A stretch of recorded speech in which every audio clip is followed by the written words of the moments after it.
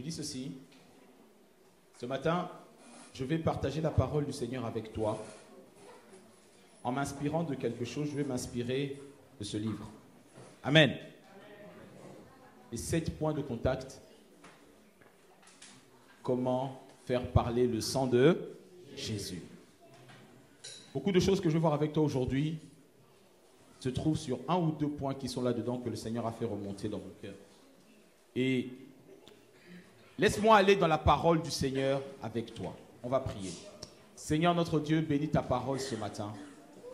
Parle-nous avec force et puissance. Que l'esprit de sagesse et de révélation vienne au milieu de nous ce matin. Glorifie ton nom, Seigneur, dans nos vies, dans le précieux nom de Jésus. Et l'Église dit avec moi comme un seul homme. Amen, amen, amen. Alléluia. Acclame le Seigneur très fort.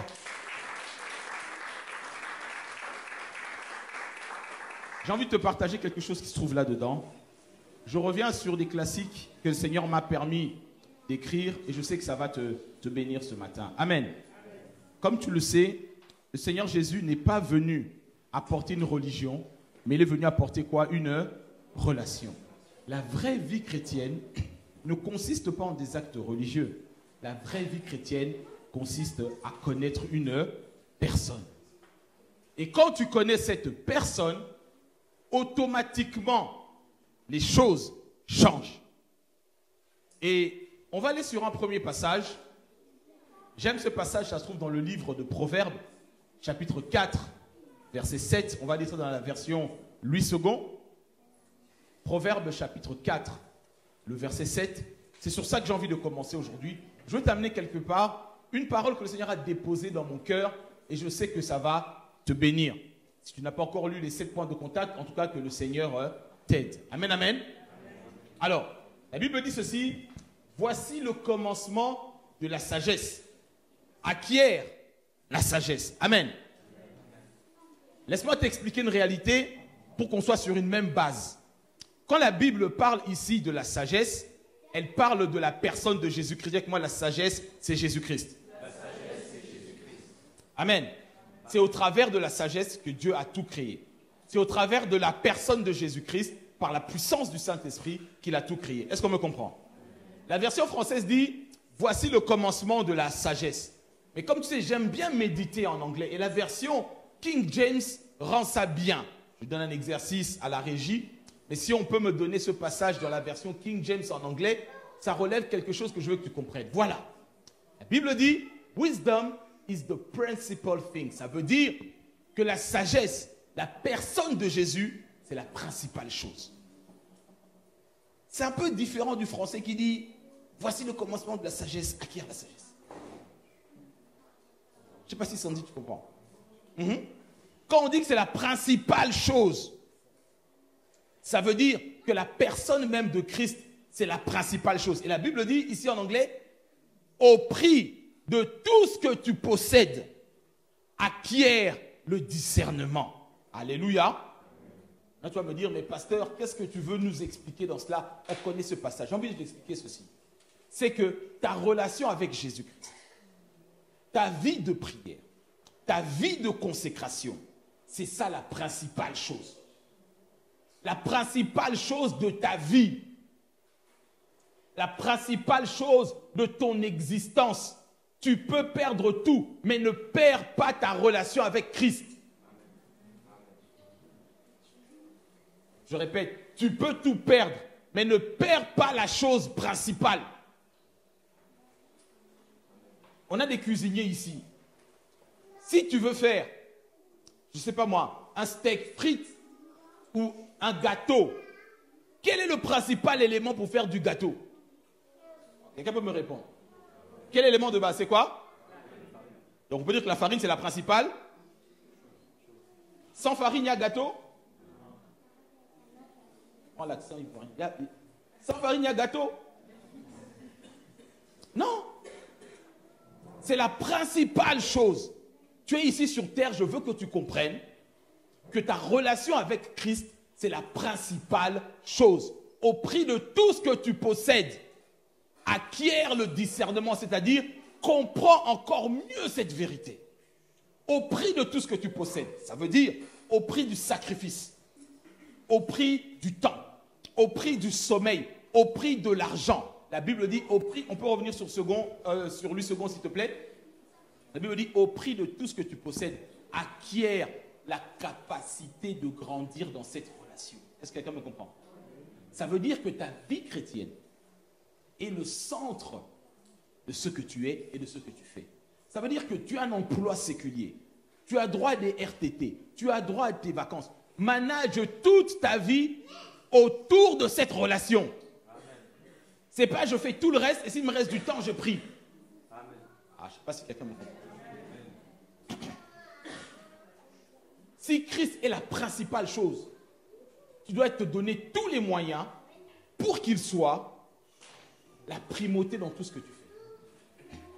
Je ne parle pas simplement à ceux qui servent dans l'église. Pour moi, c'est la base de tout chrétien normal. Amen, amen. Amen.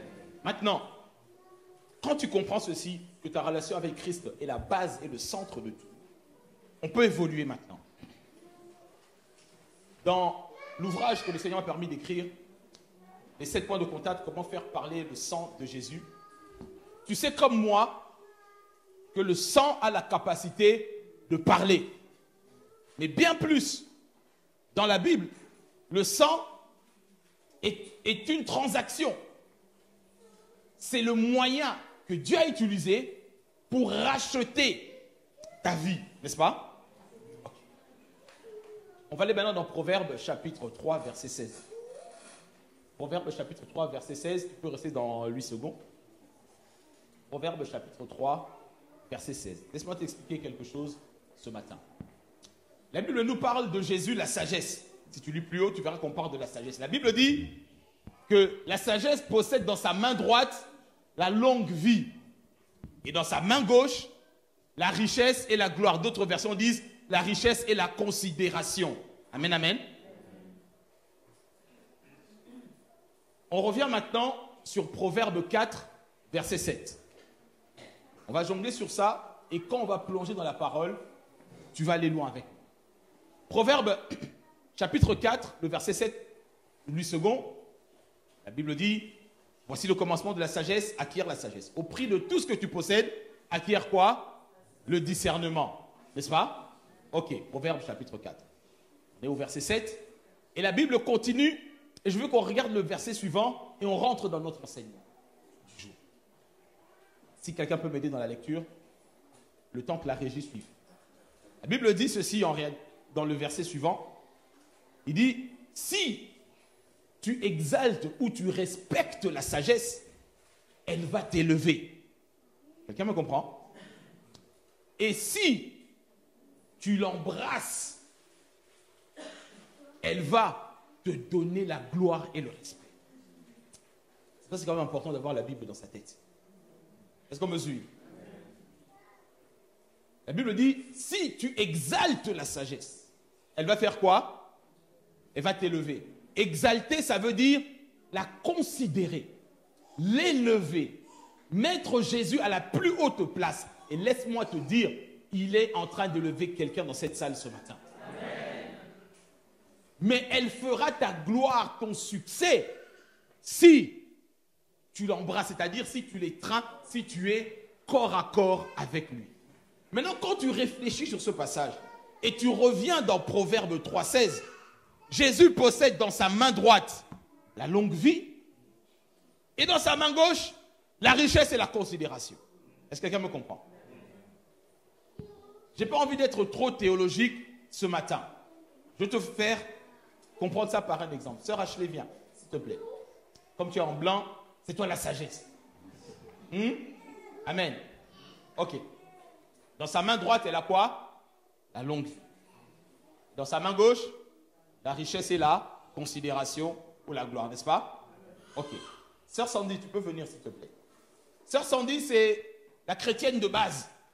Non, on va dire la chrétienne de CVF. Amen, amen. Elle commence à prier. Elle comprend que Ashley est la principale chose pour elle. Elle commence à l'élever et à la considérer. Du coup, la sagesse fait quoi? Elle l'élève, n'est-ce pas? Mais laisse-moi te montrer une image qui m'a permis de comprendre rapidement. Sœur Sandy, viens, approche-toi. Et quand maintenant, tu mets tes bras autour d'âge, tu lui fais un câlin. Voilà, reste comme ça. Maintenant, la sagesse, elle fait quoi? Dans sa main droite, il y a quoi? La longue vie. Et dans sa main gauche, la richesse et la considération. En d'autres termes, si tu viens embrasser Jésus, que tu le veuilles ou non, la longue vie, la richesse et la considération deviennent évidentes dans ta vie. Amen. Merci les filles. Amen, amen. Je veux que tu comprennes que ce que la sagesse Jésus-Christ détient dans ta vie, c'est une évidence pour les chrétiens. Et si tu ne le vis pas encore, il est temps de pouvoir le vivre. C'est pourquoi Jésus a payé le prix pour toi. Et c'est ce que je dis dans le livre. Dans sa main droite, il possède la longue vie. Ça veut dire quoi, posséder la longue vie? À la base, Dieu n'a pas créé l'homme pour que l'homme puisse mourir. En d'autres termes, la mort est une malédiction. Quelqu'un me comprend? La mort est une malédiction. Et encore plus, la mort prématurée. Mais je ne parle pas simplement de la mort biologique ou physique. Je parle aussi de la mort dans l'âme et dans l'esprit. Tout ce que tu commences et qui n'aboutit pas est en train de mourir. Quelqu'un me suit? Je suis venu te dire ce matin que Jésus-Christ a payé le prix.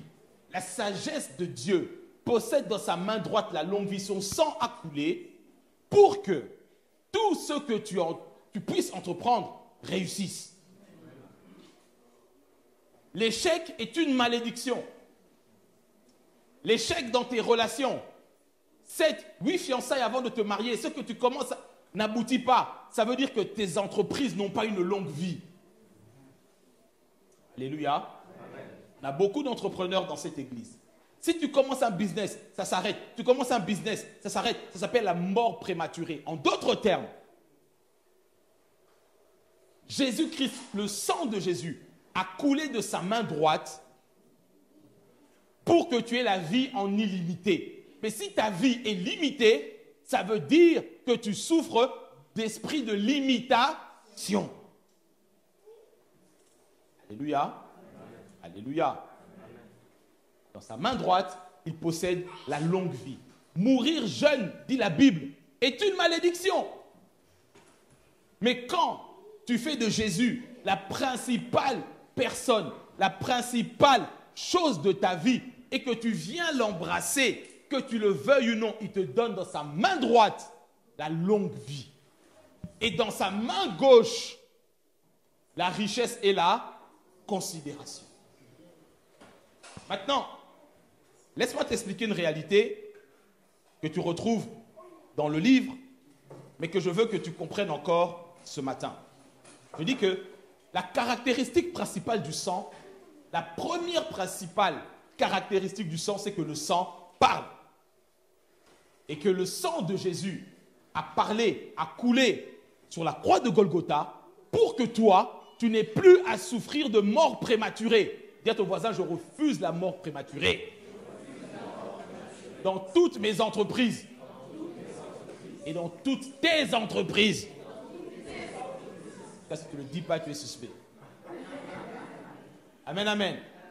La mort prématurée est une malédiction. Regarde ta vie. Tu commences, ça s'arrête. Tu commences, ça s'arrête. Ça s'appelle la mort prématurée. Jésus-Christ a payé le prix à la croix. Et c'est ta part, par la foi, de faire parler le sang de Jésus. Est-ce que l'Église peut me donner un bon amen?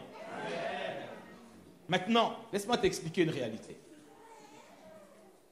La main droite, c'est la longue vie. Je veux que tu puisses te voir à partir de maintenant comme Dieu te voit.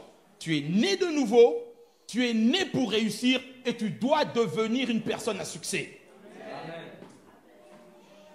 C'est le but de ce ministère.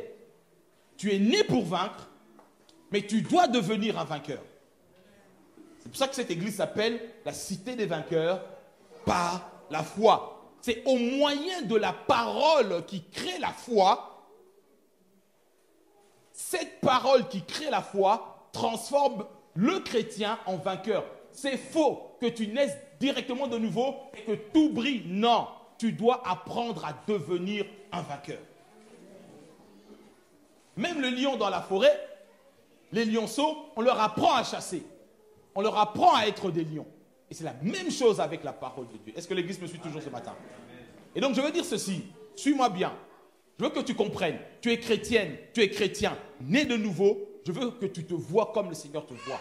Donc ça veut dire que le succès, la réussite sont des choses évidentes qui doivent m'accompagner. Oui, le psaume 23 dit, le bonheur et la grâce, la faveur m'accompagnent tous les jours de ma vie. Amen, amen, Église. Amen. Ça veut dire ceci en termes encore plus précis. Le sang de Jésus, tu dois le faire parler. Comment? Par la prière, par la foi, quand tu réclames, quand tu fais comme on a fait ce matin, des PHI, c'est-à-dire des prières en haute intensité. La Bible dit, même Jésus lui-même lit dans le livre d'Hébreux, c'est à haute voix qu'il criait vers Dieu et pourtant lui-même était fils de Dieu. Il y a certaines choses que tu ne peux pas arracher avec des prières en faisant oh, Dieu voit le cœur. Lui-même, il a dit, ouvre grandement ta bouche. Alléluia. Alléluia. Laisse-moi arriver là où je veux t'amener ce matin. Sa main droite possède quoi? La longue vie. Et sa main gauche possède la richesse et la considération. Dis avec moi considération. J'ai envie de te parler de la notion de la considération ce matin. Qu'est-ce qu'on appelle la considération? La considération pour un chrétien, je veux que tu comprennes cela, cela doit être une évidence pour toi. C'est-à-dire, la considération, je peux résumer ça d'une manière très simple. Quand tu es né de nouveau, tu as une relation correcte avec le Seigneur. J'ai envie de dire une relation honnête. Jésus vit en toi, tu vis en lui, tu vis pour lui, il vit pour toi. Ok? Ça veut dire que Jésus est au-dedans de ton cœur et dans ta vie. Le monde visible et invisible doivent voir que Jésus vit en toi. Est-ce qu'on me comprend? Quand je parle de la considération, ça veut simplement dire la manifestation réelle de la nature divine dans ta vie. Et cette manifestation qu'on appelle la gloire, c'est la capacité, l'expertise, le savoir-faire de Dieu dans ta vie, attire automatiquement le respect et la considération du monde des ténèbres, des païens et du monde invisible. On va aller dans la parole de Dieu, quelque chose qu'on fait souvent ici à CBF le dimanche, mais tu ne t'en rends pas toujours compte. Deutéronome chapitre 28, version Summer. Et on va lire à partir du verset 10. Amen, amen. La considération, écoute-moi bien, c'est le respect qui t'est dû du fait que la personne de Jésus-Christ, la gloire de Jésus-Christ, la personne de Dieu réside au-dedans de toi. Satan, les démons, les païens, les circonstances, les temps doivent commencer à te respecter à partir d'aujourd'hui. Ton amen est trop petit, c'est pour ça que tu es étranglé la nuit. Non, c'est trop tard, il faut dire avant. Moi, j'aime quand tu es agressif, violent faith. Hier, on a parlé de Jéhu, il a dit, viens, je vais te montrer mon zèle. Je vais te montrer ton zèle, on disait, amen. Alléluia. Amen. Alléluia. Amen. Quand la Bible parle de considération, c'est quelque chose que tu ne peux pas ne pas maîtriser. Laisse-moi te dire d'une manière très simple. Le sang de Jésus nous accorde la considération, mais en réalité, le sang de Jésus nous a rachetés de toute forme de mépris. Alléluia. Autant de la main droite, il nous a rachetés de toute forme de mort prématurée. La main gauche m'a racheté, m'a délivré de toutes sortes de mépris. Ça veut dire quoi, pasteur? Ça veut dire que tout ce qui existe, tout ce qui a été créé, voit et entend. Ça veut dire que si dans ta maison, la stérilité règne et qu'elle refuse de partir, ça veut dire que la stérilité te méprise. Ça veut dire que la stérilité ne te prend pas à ta juste valeur. Comme on dit chez nous, chez les Quinois, ils ne te prennent pas à ton niveau. Si un jour un Quinois, un Congolais te dit, je ne suis pas de ton niveau, prends ça très mal. Ferme la parenthèse. Amen, amen. Je dis ceci. Si la maladie refuse de quitter ton corps, si la pauvreté refuse de quitter ton foyer, tu pries au nom de Jésus, tu cries, ça ne part pas. Sache que la maladie te méprise. Ça veut dire quoi mépriser? Ça veut dire prendre ce qui est précieux, ce qui a de la valeur, pour quelque chose qui ne compte pas. Prendre quelque chose qui est précieux et le traiter comme si ça ne valait rien. Prendre quelque chose qui a du prix et l'utiliser comme si c'était quelque chose qui ne valait rien. C'est ça mépriser. Alléluia. Alléluia. Sache que Dieu accorde une grande importance à la notion de la considération. Dis-toi au voisin, je refuse le mépris. Tu postules pour un travail et les païens sont toujours au-devant de toi. Tu n'as jamais de promotion. Et quand tu es en concurrence avec eux, c'est toujours toi qui es au bas de la liste, tu es dans le rouge et eux, ils prennent toujours les premières primes. Ça veut dire que la réussite ou bien l'échec te méprise. Et j'ai une bonne nouvelle pour toi. Jésus-Christ a payé le prix du mépris pour toi. Dis à ton voisin, je ne serai plus jamais méprisé. Donc, on arrive à notre passage. Deutéronome chapitre 28, le verset 10. La Bible dit quoi, version Semeur? Tous les peuples de la terre verront alors que l'Éternel est invoqué en votre faveur. Dis à ton voisin, en ma faveur. En ma faveur. Écoute bien la fin de ce verset. Je reprends. Tous les peuples de la terre verront alors que l'Éternel est invoqué en ma faveur. Et ils auront quoi? On est dans la version Semeur. Et ils auront quoi? Respect. D'autres versions disent ils vous craindront. N'est-ce pas? Dans ma version Semeur 2000, la Bible dit et ils auront du respect pour vous. Il est temps que la société commence à respecter les chrétiens. Il est temps que la maladie, les démons, les vaudouisants, les sorciers, les marabouts commencent à avoir du respect pour les chrétiens. Mais ils auront du respect pour des chrétiens véritables et consacrés. Pas des chrétiens mi-figue, mi-raisin. Je ne sais pas si on se comprend. Le Seigneur dit, tous les peuples de la terre, ils doivent voir. Je déclare que tes voisins doivent voir que Dieu est invoqué en ta faveur dans cette église. Et à partir de là, ils vont dire, mais quelque chose, hein? Je ne sais pas si on se comprend. Mais si toi, tu es un galérien de la cité plus qu'eux, comment ils peuvent être attirés par ton Dieu si ton Dieu n'est que malheur, échec, pauvreté, maladie, misère, mort? Non, Dieu me transforme. Non. Non. Il y a un temps pour tout. Dites-moi, respect. C'est ça la considération. En réalité, la nature divine qui habite au-dedans de toi, cette gloire Shekinah, cette gloire doxa en grec, le savoir-faire de Dieu, doit être respectée par les païens. Mais cela se fait au travers de ta vie. Comment? Quand Christ devient la principale chose. Je ne sais pas si on me suit encore. Amen, amen. Ils auront du respect pour nous.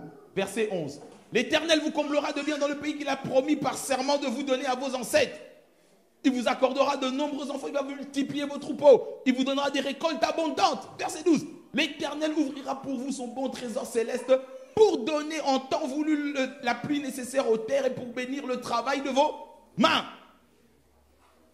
Vous accomplirez Et la fin du verset dit, vous prêterez à de nombreuses nations et tu auras toi-même plus besoin d'emprunter. Ça fait partie de la considération. Laisse-moi encore parler du mépris. C'est important. C'est-à-dire, Dieu prend très au sérieux la notion du mépris. Lorsque David avait péché, avait pris la femme d'un autre, Dieu est venu voir David par le sacrificateur. Il lui a dit ceci, tu liras ça dans la Bible. Dans ce chapitre-là, Dieu utilise dans la version sommaire plusieurs fois le terme mépris. Il dit, David, si tu voulais des femmes, je t'aurais donné. Si tu voulais plus, je t'aurais donné. Mais pourquoi tu m'as méprisé en me désobéissant? Écoute-moi pour que tu comprennes. David, lorsqu'il est devenu roi, champion de Dieu, il représentait la gloire de Dieu sur la terre. Est-ce qu'on me comprend? Ça veut dire que le monde entier voyait le savoir-faire de Dieu au travers de la vie de David. Et donc, comme toi et moi, lorsqu'on était tiré de familles de païens, de sorciers, de toutes ces choses-là, et que Dieu commence à faire un travail en nous, on est dépositaire de sa gloire. Donc ton comportement peut soit élever Dieu ou faire mépriser le nom de Dieu. Est-ce qu'on me suit? C'est pour ça que Dieu dira à David, mais pourquoi tu m'as méprisé comme ça? Tu n'as pas considéré ni ma personne, ni ma parole en allant voler la femme de quelqu'un, alors que je pouvais t'en donner même 10. Alléluia, Église. Maintenant, comme la Bible explique la Bible, Paul dira ceci, faites très attention, ne vous y trompez pas. Dieu ne se laisse pas traiter avec mépris. On ne méprise pas Dieu. Celui qui méprise Dieu sera méprisé. Alléluia. Alléluia. Dites au voisin, Christ m'a racheté du mépris. Ok. Marc chapitre 9, verset 12 dans la version parole vivante. Si quelqu'un a trouvé, il peut dire Amen. Marc chapitre 9, verset 12 dans la version parole. C'est bon, tout le monde a trouvé? Ok. Jésus parle, il dit, certes, leur répondit-il, il doit venir d'abord pour remettre toutes choses en ordre. Mais comment se fait-il que, d'après les Écritures, le Fils de l'homme doit d'abord beaucoup souffrir et être traité avec mépris? Jésus lui-même savait que pour te racheter du mépris, lui-même devait être méprisé. Est-ce qu'on me comprend? Donc, si Christ a déjà été méprisé, toi, tu ne dois plus accepter ni le mépris, ni l'échec, ni la bassesse, sous aucune autre forme. Maudis ça au nom de Jésus. Est-ce que quelqu'un me comprend? Amen, amen. Laisse-moi t'expliquer cette réalité. Lorsque Jésus est arrivé sur la croix de Golgotha, il a payé le prix, il a subi 3 sortes de malédictions à ta place à la croix. Jésus a subi à ta place la malédiction des injures, la malédiction de l'autel et la malédiction de la nudité. Ces 3 choses font partie du mépris. Regarde, pour la malédiction des injures, Matthieu, chapitre 27, le verset 39, la Bible dit, lorsque Jésus était sur la croix, les passants lui lançaient des insultes et il secouait la tête en passant. Est-ce que quelqu'un me comprend? En tant qu'enfant de Dieu, tu ne dois plus accepter que les païens se moquent de toi, ni t'insultent, ni insultent ton Dieu, ni insultent ton pasteur. Toi, tu restes tranquille, c'est pas grave, Dieu me défendra. Je ne sais pas si l'Église me comprend. Parce que Christ a déjà payé le prix. Christ a déjà payé le prix. Comme Christ a déjà payé le prix, toi, tu ne dois plus, tu ne peux plus supporter ça. Est-ce que quelqu'un me comprend? Maintenant, Christ a payé le prix pour moi. Qu'est-ce que ça veut dire concrètement aujourd'hui? Je vais t'expliquer que tout ce qui existe entend. Que ce soit la maladie, le chômage, la récession, la pauvreté. Toutes ces choses-là parlent. Et elles te parlent, elles te résistent. Donc, quand toi tu comprends que tu ne peux plus accepter le mépris, le sang de Jésus a déjà payé le prix, je vais te montrer maintenant comment réagir par rapport à ces situations. Est-ce que l'Église me comprend ce matin? Amen, amen. On continue. Alors, laisse-moi t'expliquer une réalité. Je vais prendre l'exemple de David. David vient de la tribu de Juda. La Bible explique une réalité. Elle dit, tel que Christ est aujourd'hui, tel nous sommes. N'est-ce pas? Tel il est aujourd'hui. Il est glorifié. Il est le lion de la tribu de Juda. C'est comme ça que tu es. Donc tu ne peux pas permettre ni au temps, ni aux circonstances de te malmener. Est-ce qu'on me comprend? À la dépression, de te ridiculiser. À la pauvreté, de te mettre plus bas que terre. Maudis ça au nom de Jésus. Je prends maintenant l'exemple de David. David, lorsque son fils Absalom lui a fait la guerre, il a refusé de se battre dans Jérusalem. Il a pris tout ce qui était de la royauté et il a fui la ville de Jérusalem pour laisser ça à Absalom. Lorsque il est dans sa fuite, il se passe une histoire. Et on va aller dans le livre de 2 Samuel au chapitre 16, dans la version second 21. Là, il faut que quelqu'un mette dans la lecture. Amen, amen. 2 Samuel, chapitre 16, on est dans la version second 21. On commence à partir du verset 5. On va parler d'un personnage. Quelqu'un a trouvé? Ok. C'est bon pour la lecture? Le roi David était arrivé.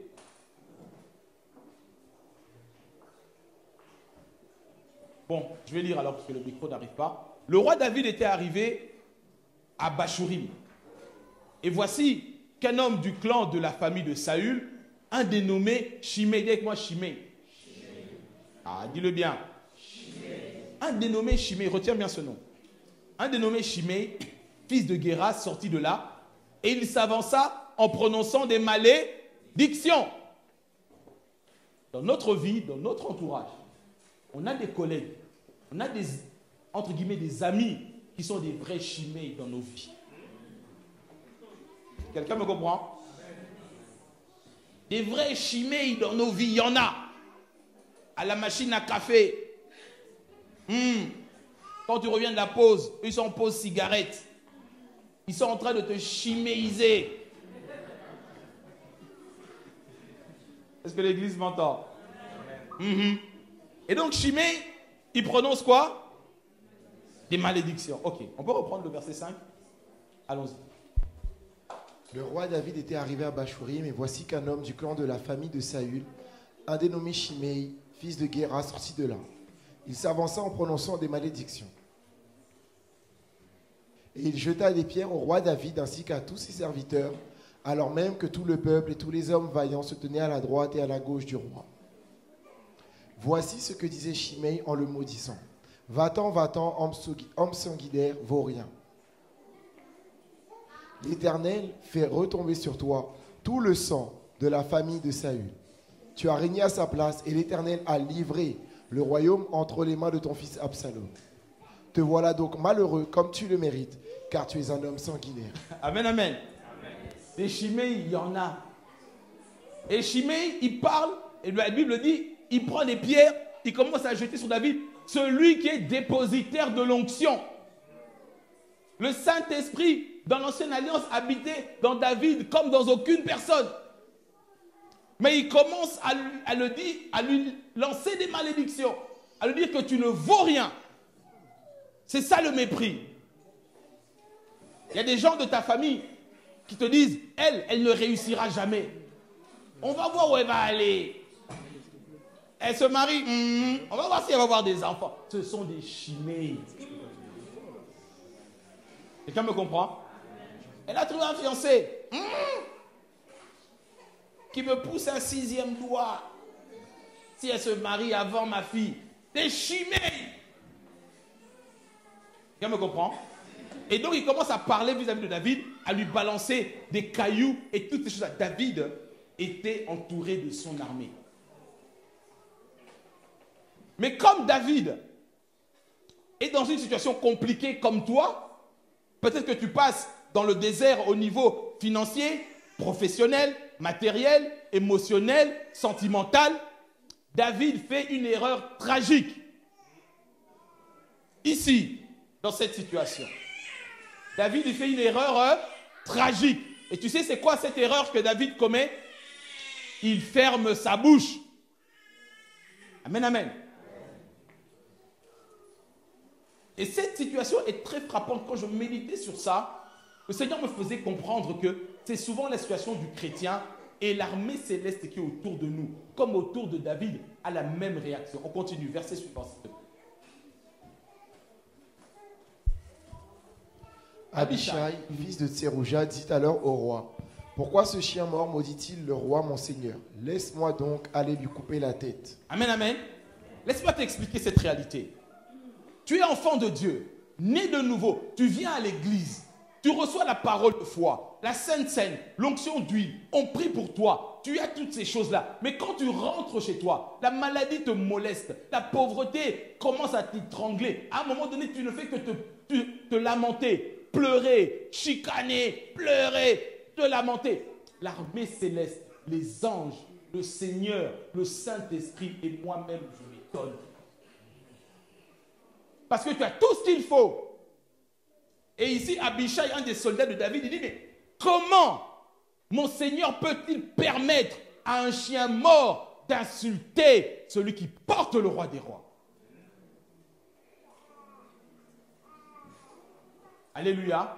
Il dit, mais pourquoi ce chien mort maudit-il le roi mon Seigneur? Laisse-moi faire quoi? Allez lui couper la tête. Est-ce que l'Église me comprend? Pasteur, je ne comprends pas, je suis tout le temps pris, je n'arrive pas à m'en sortir, je n'en peux plus. D'accord, mais qu'est-ce que tu fais? Tu peux passer par des combats, des saisons compliquées. Ça peut être la tempête dans ta maison, dans ton mariage. J'ai dit que Christ t'a racheté du mépris. Ne laisse plus ni la pauvreté, ni la maladie, ni la mort, ni la malédiction, ni ton arrière-grand-oncle mépriser la nature divine qui est au-dedans de toi. Je sais pas si quelqu'un me comprend. Des fois, tu peux être acculé par la pauvreté, par le chômage, et on te dit, viens bidouiller, viens faire quelques petites arnaques pour avoir cet appartement ou cette maison. En acceptant, tu méprises la sainteté de Dieu qui est dans ta vie pour obtenir ce qui est mort. Même si le frère Jean-Albert te dit, je vais t'épouser de toute façon, nous allons nous marier, allons-y, habitons ensemble, enjaillons-nous. Je te dis, hey, tu ne vas pas mépriser la sainteté du Dieu que j'invoque. Enjaille-toi toi-même. Je ne sais pas si l'église me suit. Alléluia.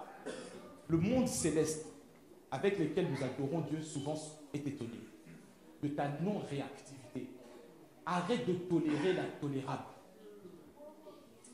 J'ai envie de répéter encore à quelqu'un. Arrête de tolérer l'intolérable. Regarde quelle situation se moque du nom de ton Dieu dans ta maison, dans ton foyer, dans ta famille. Projet après projet, ça échoue. Ça veut dire que la limitation te méprise. Te dit, vas-y, prie encore, on est ensemble. Alléluia, Église. Et donc, aujourd'hui, je te pose la question, comme Abishai, pourquoi tu laisses ce chien mort maudire? Parce que la Bible dit que Dieu a fait de nous un peuple de rois.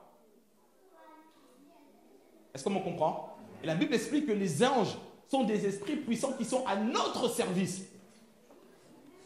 Est-ce qu'on me comprend? Jésus est le roi des rois. Les anges servent le Seigneur, ils nous servent nous. On est dépositaire de la nature royale. Et donc, ils sont étonnés. Ils disent, mais toi qui es la royauté, comment tu peux laisser un chien mort, cette maladie, cette situation, continuer à maudire ta royauté? Il y a quelqu'un, je refuse. On continue, s'il te plaît. On descend. Jusqu'au verset 14. Les fils de Tserouja. S'il profère des malédictions, c'est que l'Éternel lui a dit, maudit David. Qui donc pourrait lui dire, pourquoi fais-tu cela? Puis David dit à Abishai et à tous ses serviteurs, mon fils, celui qui est issu de moi, en veut à ma vie, à plus forte raison ce Benjaminite. Laissez-le et qu'il me maudisse si l'Éternel lui a dit de le faire. Peut-être l'Éternel verra-t-il ma détresse et me fera-t-il du bien au lieu des malédictions d'aujourd'hui. David et ses hommes continuèrent leur chemin. Shimei marchait sur le flanc de la montagne près de David et tout en marchant, il le maudissait, jetait des pierres contre lui et faisait voler la poussière. Avec moi la mémoire de la terre. C'est-à-dire que si tu fermes ta bouche face à Shimei, il va t'accompagner. Je sais pas si quelqu'un voit où je vais en venir. Non seulement il va t'accompagner, mais il va prendre la terre à témoin. Là où tu as marché, il prend cette terre. Il dit, hé, terre de l'Île-de-France, qui ne trouve jamais un travail. Je dis, Seigneur Jésus, je ne comprends pas, je prie, je jeûne, je ne comprends pas. Shimei, on t'a chiméisé. Et toi, tu l'as toléré. Tu dis, Shimei, on peut prendre un café? Oui. On prend la pause clope ensemble? Non. C'est l'erreur que tu fais. David, il a laissé. Et comme il a laissé, Shimei l'a accompagné. Il jette des pierres, il fait voler la poussière. Amen. Et regarde maintenant, verset 14 comme conclusion.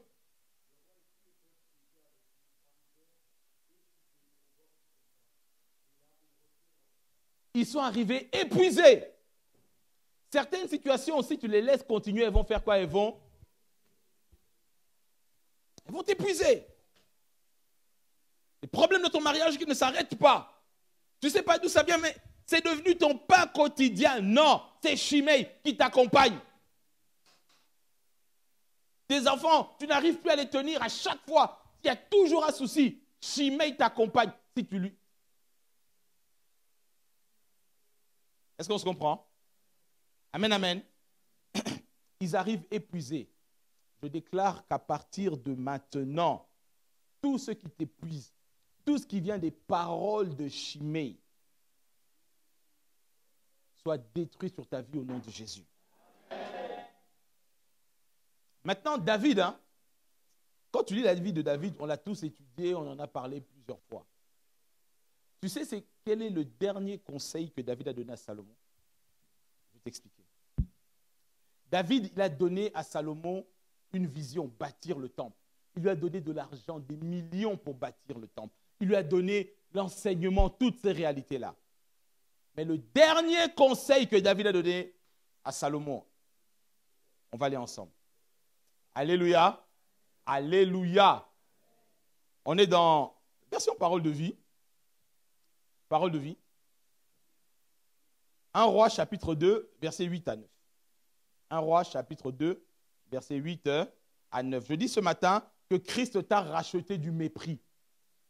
Le sang qui a coulé de sa main gauche t'accorde la richesse. Je ne parle pas trop de la richesse, je parle de la considération ce matin. C'est-à-dire que ta démarche doit changer. Dis, tu as chopé le melon. Oui, à cause de l'onction. Je sais qui je suis. Alléluia. David, on disait, tu es un petit arrogant à cause des exploits que son Dieu a accomplis. Amen, amen. Maintenant, regarde le dernier conseil de la vie de David. 1 Roi chapitre 2, versets 8 à 9, s'il te plaît. N'oublie pas Shimei, fils de Guéra. David donne tous les conseils à son fils. Bâtis le temple, glorifie Dieu, fais l'église, fais tout ceci. Enfin, n'oublie pas Shimei. Je ne sais pas si quelqu'un me comprend. Il dit, n'oublie pas. Parce que lui-même a payé le prix à cause de Shimei. Si tu négliges cette personne qui continue à maudire ta vie, tu vas finir épuisé. C'est-à-dire que ce que tu devais accomplir en 10 ans, tu le feras en 30 ans. Est-ce qu'on me comprend? Les vendredis, quand on est dans nos temps de prière Nikao, on maudit toujours les paroles d'accusation. Pourquoi? Parce que c'est le ministère premier du diable. Diabolos signifie accusateur. L'Apocalypse 12 nous dit qu'il a été précipité dehors l'accusateur des frères. Maintenant, nous pouvons rentrer dans notre héritage. Dites-moi, principe divin. Et donc David, après avoir tout établi pour Salomon, il lui dit maintenant au verset 8, enfin n'oublie pas qui? Shimei. Allons-y, verset 8 et 9. Enfin, n'oublie pas Shimei, fils de Guéra, du village de Baorim, dans le pays de Benjamin. Donc il est très précis. N'oublie pas Shimei, c'est-à-dire Madame François. Lorsque je travaillais à la Générale de Banque, elle était secrétaire. Son travail, c'était de me calomnier. Seigneur, n'oublie pas Madame François, alias Shimei. Je ne sais pas si l'Église me comprend. Dis avec moi, il faut cibler. La Bible dit, nous ne boxons pas en l'air. À un moment donné, quand le Seigneur t'ouvre les yeux, tu sais que certains combats de ta vie viennent du cousin de ton oncle là-bas qui est au Cap Haïtien, au quartier des Alouettes, avenue des Cacahuètes, numéro 13. Seigneur, avenue des Cacahuètes, numéro 13. Localise tous mes chimées. C'est ça, prie avec précision. Oh Seigneur, tu vas faire encore. Non. Que le feu aille au Cap Haïtien, quartier des Alouettes. Est-ce qu'on me comprend? Avenue des Cerisiers. Numéro 10. Appartement B. Porte 13. C'est là qu'il y a Shimei. David est très précis. Parce qu'il y avait beaucoup de Shimei. Il dit, n'oublie pas Shimei, fils de Guéra, de tel village, dans le pays de Benjamin. Amen. Qu'est-ce qu'il dit ensuite? Continue. Il m'a lancé des malédictions terribles le jour où je fuyais à Manahaïm. Mais quand je suis revenu, il est descendu à ma rencontre au bord du Jourdain. Je lui ai promis devant le Seigneur de ne pas le faire mourir. Mais maintenant, ne le regarde pas comme s'il était innocent. Tu es un homme sage. Tu sauras comment le traiter. Il est très âgé. Pourtant, tu le feras mourir de mort violente. Amen, amen. Il dit, écoute, tu es un homme sage. Tu sauras comment le traiter. Fais-le comment? Mourir. Je ne sais pas si l'Église me suit. Il dit, Salomon, tu es rempli de sagesse. La sagesse de Dieu, c'est comment traiter le mépris. Alléluia. On descend. Versets 44 à 46, toujours le même chapitre 1 Roi 2, dans la même version. Salomon maintenant, il fait venir Shimei. Il dit, on doit parler. J'ai des choses à te dire. Amen, amen. Regarde bien, verset 44 et jusqu'à 46, s'il te plaît. 1 Roi chapitre 2, 44 à 46. Le roi ajoute, tu sais parfaitement tout le mal que tu as commis envers mon père David. Eh bien, le Seigneur te fera subir les conséquences de ta méchanceté. Mais le Seigneur me bénira et il établira solidement pour toujours le pouvoir royal dans la famille de David. Le roi donne un ordre à Benaïa, fils de Yoyada. Il sort du palais avec Shimei, se jette sur lui et le tue. De cette façon, le pouvoir du roi Salomon est solidement établi. Amen, amen. De toute cette histoire, moi, ce qui m'intéresse, c'est la dernière phrase. Vraiment. En tant que pasteur, ce qui m'intéresse, c'est la dernière phrase. Est-ce que tu peux relire encore, s'il te plaît? La Bible dit quoi? De cette façon, le pouvoir du roi Salomon est solidement établi. Pour que ton mariage soit solidement établi et qu'il arrive dans ta vie, il y a des chimées qui doivent disparaître. Ton amen n'est pas assez violent, c'est pour ça que tu reçois des coups de pierre de chimées tout le temps. Je dis, pour que tu rentres dans ta destinée, il faut que des chimées disparaissent. C'est le dernier conseil que David a donné à son fils. Et la Bible dit, c'est comme ça que le règne de Salomon a été établi. Salomon a été appelé l'homme de paix. Mais pour qu'il soit un homme de paix, il devait faire le ménage avant. Vous, mais dans vos églises, on appelle la colère de Dieu, le jugement de Dieu. Salomon, l'homme de paix. Pour qu'il rentre et qu'il soit solidement établi, qu'il n'ait plus besoin de faire la guerre après, il devait traiter les chimées. Est-ce que quelqu'un me comprend? Amen, amen. Pourquoi le mépris est si dangereux? Parce que le mépris attaque le cœur. Le mépris travaille avec les esprits de rejet. Et le mépris s'attaque finalement à ton identité. Il blesse ton cœur. Et lorsque ton cœur est blessé, les sources de la vie, n'est-ce pas, veillent sur ton cœur plus que toute autre chose. Est-ce que quelqu'un me comprend? Amen, amen. C'est pourquoi tu ne peux pas négliger le mépris. Des paroles rabaissantes, des paroles humiliantes, parce que tu portes l'arche de l'alliance, la présence sur la terre de Dieu dans ton esprit. Et la Bible dit que ton corps est le temple du Saint-Esprit. Un païen qui fume des joints, qui s'enivre, qui écoute des Francky Vincent, il fait ceci et il vient te traiter n'importe quoi. Tu dis, oh, Dieu est amour. Dieu est juste d'abord. Quelqu'un me comprend? Alléluia. Il a écouté ces musiques-là, c'est Johnny, les machins, il s'est enivré, il a fumé, et il commence à dire des choses sur toi, et toi tu acceptes. Chicken wings. C'est-à-dire poule mouillée. L'évangile n'est pas fait pour les poules mouillées. Ce sont les violents qui s'en emparent. À un moment donné, Dieu t'a tellement parlé dans des rêves, ta situation a tellement duré, et tu sais d'où viennent les problèmes. Alors qu'est-ce que tu fais? Alléluia. Laisse-moi t'expliquer. Quand on étudie la Bible, je t'ai toujours expliqué qu'on étudie la Bible d'une manière cohérente, avec la loi de la première quoi? Mention. La loi de la première mention, ça veut dire que lorsqu'un principe apparaît dans la Bible, Dieu nous indique dans quelle situation, avec quel regard l'étudier tout au travers des livres de la Bible. Est-ce qu'on me comprend? Maintenant, quand est-ce que la première fois la notion de mépris est apparue dans la Bible? C'est entre deux femmes. C'est entre deux femmes que la Bible utilise la première fois la notion du mépris, c'est-à-dire entre Sarah et Agar.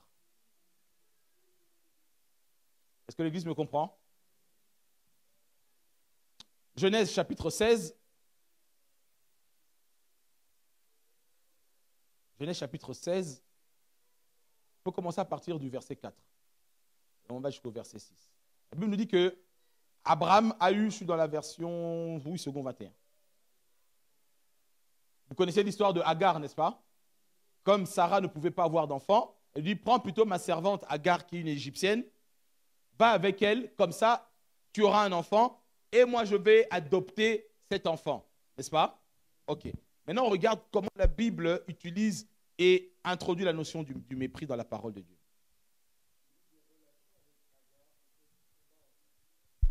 Quand elle se vit enceinte, elle regarda sa maîtresse avec mépris. Stop. Lorsque Agar, tu as fait du bien à quelqu'un, tu as aidé quelqu'un, mais lorsque cette personne est de sa bonne situation, elle commence à te regarder avec mépris. C'est déjà arrivé à quelqu'un, tu as déjà aidé quelqu'un, et cette personne, quand toi tu en as besoin, tu appelles, mais ça ne répond plus. Hein. Tu envoies des messages sur WhatsApp, on te lâche des vues. Je ne sais pas si quelqu'un me comprend. Lâcher des vues, c'est quelque part mépriser. Hein. Je dis ça, je dis rien. Tu vois bien que la personne est en ligne. Tu fais coucou, c'est vu. Tu la vois en ligne, tu vois, et en train d'écrire. À tout le monde sauf à toi. Tu envoies un message, PS, Chimay.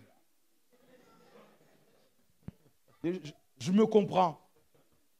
Amen, amen. Ok, revenons au texte. La Bible dit que Agar a commencé à regarder Sarah avec mépris. Verset 5 maintenant. Sarah dit à Abraham, l'injure qui m'est faite retombe sur toi. C'est moi qui ai mis ma servante dans tes bras et quand elle a vu qu'elle était enceinte, elle m'a regardé avec mépris. Que l'Éternel soit juge entre toi et moi. Abraham répondit à Sarah, ta servante est en ton pouvoir. traite-la comme tu le jugeras bon. Amen, amen. Abraham, il dit, ah, c'est à toi de gérer. En réalité, c'est ce que Dieu nous dit.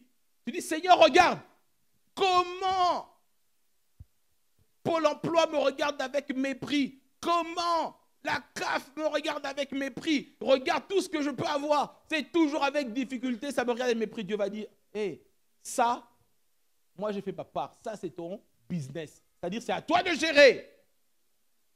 Maintenant, regardez comment Sarah a réagi. Ah, moi j'aime Sarah. Amen, amen. Alors Sarai maltraita Agar de sorte que celle-ci s'enfuit loin d'elle. Amen. Il faut maltraiter le mépris. Je ne sais pas s'il n'y a pas d'amen, je ne comprends pas. Juste ceci, il faut maltraiter le mépris. C'est à ce moment-là que le mépris va fuir loin de toi.